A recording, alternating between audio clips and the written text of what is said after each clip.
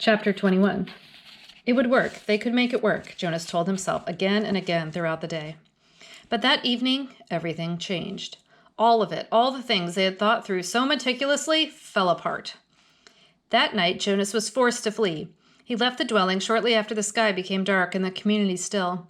It was terribly dangerous because some of the work crews were still about, but he moved stealthily and silently, staying in the shadows, making his way past the darkened dwellings and the empty central plaza toward the river. Beyond the plaza, he could see the house of the old, with the annex behind it, outlined against the night sky. But he could not stop there. There was no time. Every minute counted now, and every minute must take him farther from the community. Now he was on the bridge, hunched over on the bicycle, pedaling steadily. He could see the dark, churning water far below.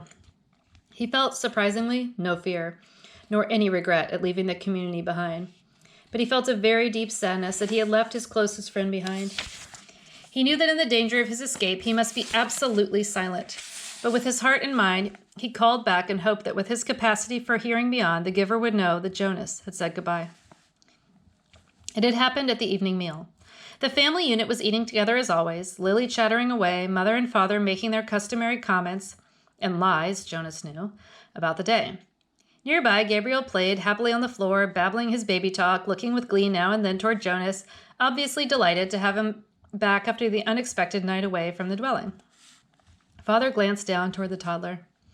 "Enjoy it, little guy," he said. "This is your last night as visitor." "What do you mean?" Jonas asked him. Father sighed with disappointment. "Well, he wasn't here when you got home this morning because we had him stay overnight at the nurturing center.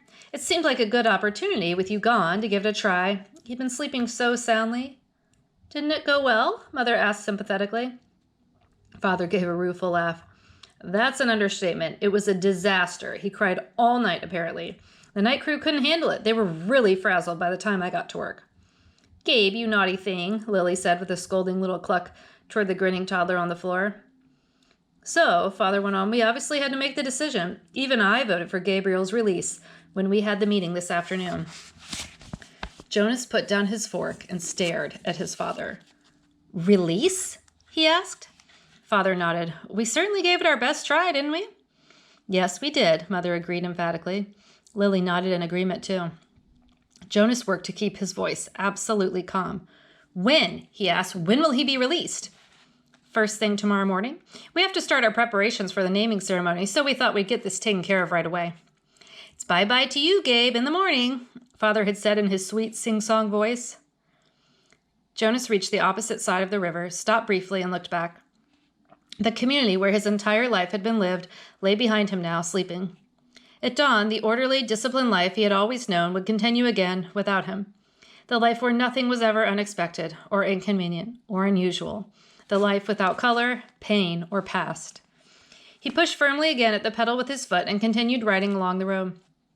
It was not safe to spend time looking back. He thought of the rules he had broken so far, enough that if he were caught now, he would be condemned. First, he had left the dwelling at night, a major transgression. Second, he had robbed the community of food, a very serious crime, even though what he had taken was leftovers, set out on the dwelling doorsteps for collection. Third, he had stolen his father's bicycle. He had hesitated for a moment, standing beside the bike port in the darkness, not wanting anything of his father's and uncertain as well whether he could comfortably ride the larger bike when he was so accustomed to his own. But it was necessary because it had the child seat attached to the back. And he had taken Gabriel, too. He could feel the little head nudge his back, bouncing gently against him as he rode. Gabriel was sleeping soundly, strapped into the seat. Before he had left the dwelling, he had laid his hands firmly on Gabe's back and transmitted to him the most soothing memory he could. A slow swinging hammock under palm trees on an island someplace, at evening with a rhythmic sound of languid water lapping hypnotically against a beach nearby. As the memory seeped from him into the new child, he could feel Gabe's sleep ease and deepen. There had been no stir at all when Jonas lifted him from the crib and placed him gently into the molded seat. He knew that he had the remaining hours of night before they would be aware of his escape.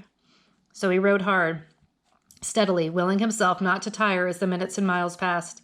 There had been no time to receive the memories he and the giver had counted on, of strength and courage. So he relied on what he had and hoped it would be enough. He circled the outlying communities, their dwellings dark. Gradually, the distances between communities widened with longer stretches of empty road. His legs ached at first. Then, as time passed, they became numb. At dawn, Gabriel began to stir. They were in an isolated place. Fields on either side of the road were dotted with thickets of trees here and there. He saw a stream and made his way to it across a rutted, bumpy meadow. Gabriel, wide awake now, giggled as the bicycle jolted him up and down. Jonas unstrapped Gabe, lifted him from the bike, and watched him investigate the grass and twigs with delight. Carefully, he hid the bicycle in thick bushes. "Morning meal, Gabe!" He unwrapped some of the food and fed them both. Then he filled the cup he had brought with water from the stream and held it for Gabriel to drink. He drank thirstily himself and sat by the stream watching the new child play. He was exhausted. He knew he must sleep, resting his own muscles and preparing himself for more hours on the bicycle. It would not be safe to travel in daylight. They would be looking for him soon. He found a place deeply hidden in the trees, took the new child there, and lay down, holding Gabriel in his arms. Gabe struggled cheerfully as if it were a wrestling game, the kind they had played back in the dwelling with tickles and laughter. "Sorry, Gabe," Jonas told him. "I know it's morning, and I know you just woke up, but we have to sleep now." He cuddled the small body close to him and rubbed the little back. He murmured to Gabriel soothingly, then he pressed his hands firmly and transmitted a memory of deep, contented exhaustion. Gabriel's head nodded after a moment and fell against Jonas's chest. Together the fugitives slept through the first dangerous day. The most terrifying thing was the plains. By now, days had passed. Jonas no longer knew how many. The journey had become automatic. The sleep by day, hidden in underbrush and trees, the finding of water, the careful division of scraps of food, augmented by what he could find in the fields, and the endless miles on the bicycle by night. His lug muscles were taut now. They ached when he settled himself to sleep. But they were stronger, and he stopped now less often to rest. Sometimes he paused and lifted Gabriel down for a brief bit of exercise, running down the road or through a field together in the dark. But always, when he returned, strapped the uncomplaining toddler into the seat again, and remounted, his legs were ready. So he had enough strength of his own, and had not needed what the giver might have provided, had there been time. But when the planes came, he wished that he had received the courage. He knew they were search planes. They flew so low that they woke him with the noise of their engines, and sometimes, looking out and up fearfully from the hiding place, he could almost see the faces of the searchers.